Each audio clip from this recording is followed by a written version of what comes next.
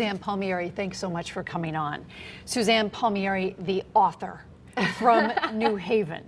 And I wanted to have you on because your story is so awesome about how these books are coming about.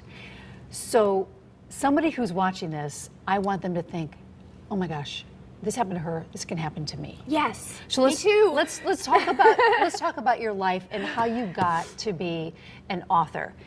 It's a it's a long story, but you have persevered. So let's start from high school. Okay, so I graduated from Wilbur Cross High School here in New Haven, barely. I barely graduated. You hated school. I hated it. I hated school from the time I was small, actually.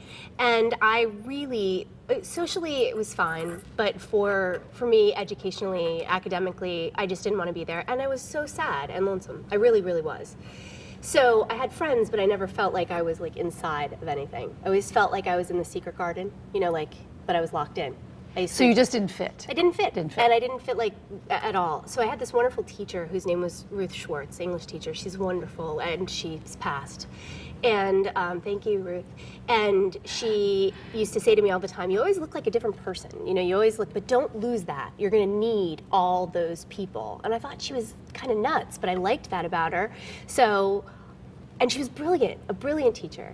And she made me stay. She loved me. She really loved me enough. Were you writing at the time? Were you writing it all in high school? Yes, I was writing journals, and she picked up on it, and she said I could write journals, and actually gave me a grade for a paper on Anna Karenina when it wasn't even like, you know, it was an amazing journey with her. And then she kept tabs on me.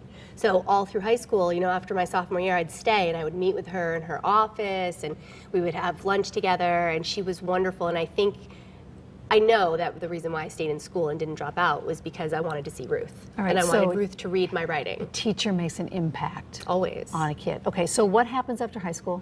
After high school, everything goes haywire. I get into a wonderful college, and I'm excited to go.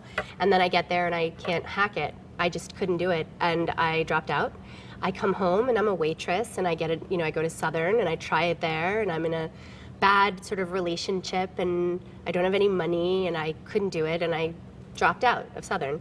And then I just decided I would move downtown. So I lived downtown, and I waited tables, and it was a crazy time. Are you still writing while you're waiting tables? Always. And Atticus Bookstore downtown was my place where I spent my money. So I would go and have their black bean soup and some iced tea and a book from Atticus. That was like my weekly treat. And I would come back to my apartment in Oxford House on High Street, you know, and my room, and I would read my book, and I still can remember all the books, and I'd go to the library. So I'm reading and I'm writing, and at that point everything is really crazy, and I have this other woman, a New Haven area playwright in my life, Susan Mendelson, who has also passed.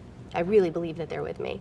And she always loved my writing, and she believed in me, and I was nannying for her children at the time. So I was nannying during the day, and I was bartending and cocktail waitressing at night, and writing, and trying to figure everything out. And then I got pregnant, and I was, 21 years old, and it was crazy, and I didn't know what to do. So here comes a baby. Now you're in college? Nope. At this point, I had dropped out of everything. I had tried night classes at Albertus, but I was not in college. I had not finished college at all. I was in a very interesting situation, nannying for a wonderful family who I thought would, probably not want me. While you had a child of your own? No, I was pregnant at that point, and I thought perhaps they would not want me to nanny for them anymore. And she was the first person that said to me, Susan, no, you can, work through your pregnancy. This is a good example for my children. I accept you. This is a good decision that you're making. I believe in you. And Ruth said, this is a good decision. I believe in you. And these two people at this point, because my family was sort of, as I've said, done at this point. Because you were a wild child, as you would say? and not willing to change. And I was very sad. There are so many things that happened. I missed my father. He was never around. It's the story of so many people's lives. I grew up in Fairhaven. I didn't have a father. My mother was a single mother. She did the best that she could. And then I just ended up, it's so common. I teach kids like this all the time, that they come, from poverty and they can't seem to get out of it. So not losing sight of this, you're pregnant, you're a nanny. Somewhere along the line, you do get through college. Yeah, I have my baby, and I have to move back, with my grandmother's house. And I looked at her, and the second I looked at her in the hospital in that terrible blizzard of 1994, decided that things were going to have to change and that I was just going to plow ahead and I was not going to stop until I created this life for my daughter that I wanted her to have, the life I didn't have. So you're in many a ways. single mom on welfare, shall we say? It is. No, all the social entitlements I had it was when it was money, like Monopoly money. It used to not be EBT cards. And it was crazy. So what said to you, was it because you're a mother, I've got to get my act together here? know. And when did the writing start in earnest? When did you sit down and say, okay, because when you did graduate from college, you carried your baby across the stage. I did, and I graduated with honors. As soon as I started back in school, I knew I would be okay. I saved up some money, and I was able to get an apartment that was inside of my welfare range, and I was able to save a little, tiny bit of money on the side, and I did okay. And I got an apartment, and I finished college, and we were a unit, my daughter and I then was getting more support from my family at this point, not monetary, but like they were seeing that there were things happening, so things were beginning to change. I got into Fordham with a presidential scholarship because I had done so well at Albertus. Because that's that switch I keep trying to tell, my students even to make, that you get to a place where you can actually feel your life switch, and you have to make that immediate decision. What am I going to do? Am I going to keep traveling down this path? Or am I going to actually use this moment of change to make my entire life different? And that's what I did, and I never stopped. It was like an intense movement forward.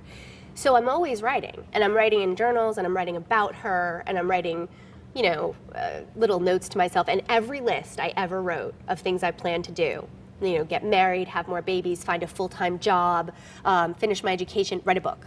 And then, each one of those things happened. I graduated from Fordham with my master's degree, check, right?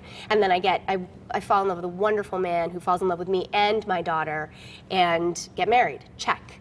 They exchanged vows at our wedding. It was beautiful. A full-time job at different points in my life, check. All of those things were checked off. So for the 10 years after I graduated from Fordham, things were busy. We were working. We were both, he was a chef. He is a chef. I'm a teacher. 2 more daughters, we should say. 2 more daughters, my 3 witches, because 3 daughters. That's we each have 3 daughters, yes. That's your own little coven. And I do have to say, and parenting became my primary. Being a good mother for me is that's my first job.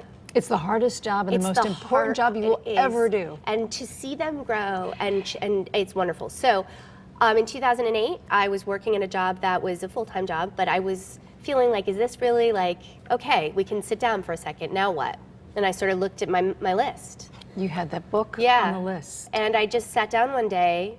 I was having a little tantrum, I must say, Anne. I was a little It's okay, upset. you're entitled, you're a mother. Right. And I started typing.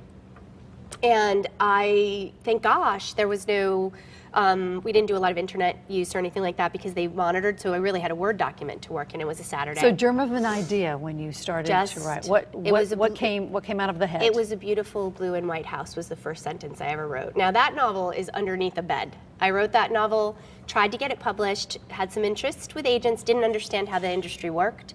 So I wrote another one, and that one is also under the bed.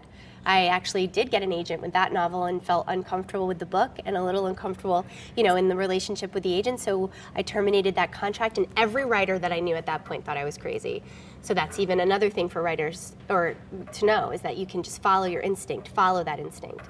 And then I sat down and I wrote this book, and I knew it. I just knew that it would be. The one we're showing here is I'll Be Seeing You. So yes. that's another book. But this is also. This is out now, and it debuted March 26th, and it's been welcomed with wonderful reviews, and so many people are contacting me, and I'm so happy about that. This book was a love. And this for is me. not self-published. No. You have publishers. Yeah. So getting to this wild story. Yes, it's crazy. You get 2 book deals. Mm-hmm. Two book deals. Two, which is 4, if we can do the math. Yes. What's going on? And you went about this just sort of haphazardly. I was working. I have no idea. Yeah. How? And I should say they're really good. Thank you. But how did you get this into the hands of somebody who paid attention to you, who did not just throw this in the trash can? I found out that one of the things that you need to do is you have to get a literary agent. And I did try to get literary agents, and a lot of them were so nice to me. And what happens in publishing is opposite of other things. If you're very, I have my 3 Ps are very important. You have to be patient, you have to be professional, and you have to be persistent. Those are the most important things in that 4th P, which would be publishing. So I had a grouping of agents that wanted to see more work from me. They'll say that, I liked this novel, but, so when I finally had something I wanted to share, I only sent out, what you do is you send a query letter. Sure. And I sent it out, and I received multiple offers, and it was only to a very small pool of agents, and it was wonderful. And that Let me agent, stop you. Yeah. Most people don't get multiples of, No. oh, this looks good. Right. So what are you thinking? Shock. I was shocked. And it was the next day, and it was New Year's Day. So I sent it on New Year's Eve, and there was a typo in it, which is the worst thing you can ever do. Even to this day, even though I see this typos day. in the New York Times. All the time. Thank you, but I am Loretta, who I write with in this book, will tell you I am the queen of the typo. I think they're typo fairies. I don't think I actually make them. I see. So you get a 2-book deal, which is 4 books. Yes. It's starting to go gangbusters. Stuff is starting to turn. And I will say that this book, I'll Be Seeing You, is a great little story of 2 women who are pen pals, who are writing back and forth. And I won't give any of this stuff away. But in this day and age where nobody writes letters anymore, and as a kid, I had a pen pal in England. Never met her, but wrote to her. We would send each other. Do you have the letters? I do have them somewhere. Oh, you should. Oh, So we wrote each other. We would send each other little gifts. So when I read this book, it's so sweet. Yes. And it goes back. It does. And I think that you can lose yourself in that. And people would say, well, books, they're dead, please, But you have to write it to get it on a Kindle. And also, I have a whole thing about publishing is not dead. I'm the poster child for that's not true. Because four book sales in one day, international book sales before they even came out on both counts, craziness. And I buy more books now. I buy regular books. books. This has a lovely feel. It's a paperback, and you can put it in your purse. I love that one. And it's a beach read, and here we go. But what is it about you, do you think, that has struck a chord with publishers? You're this kid, you never fit in, you're a single mom on welfare, you make this list, you check it off, yada, yada, yada. Now here's the book. What is it about you? What's in here? I was told when I had lunch with my agent for the first time after she'd signed me, she said to me, a lot of writers have voice and a lot of writers have plot, and not a lot of writers have voice and plot, and that's a really nice combination to see. So I think it's the fact that I tell a story, and I think that the reason why I can tell a story is because stories were told to me. Reading was part of my life. I read all the time, but my mother read to me every night before I went to bed, every night.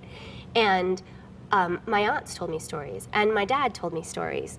Stories are part of my life, and stories, just talking here with you, this is a story, and you want to find out the rest. You want to turn the page. And with writers, I think one of the issues might be that they have to remember that the story has to, every single word pushes it forward, just as if you're having a conversation with someone else. And I've always been able to tell a story because stories were told to me, and I think that those stories come out when I'm writing these longer novels. And they seem to be very easy and accessible for people, that they can feel those stories inside of them. What's coming next?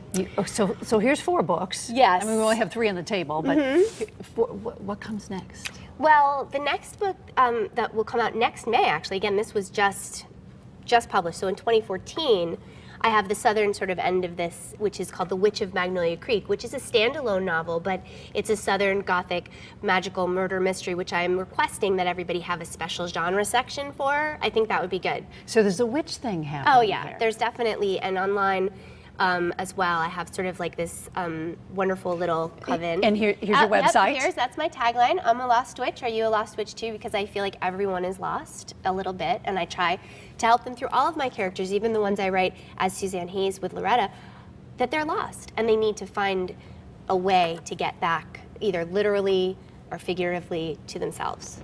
Suzanne, you talk about a list, and you've checked off all these. What else is on the list? I made a new list. I want to have coffee with Stephen King.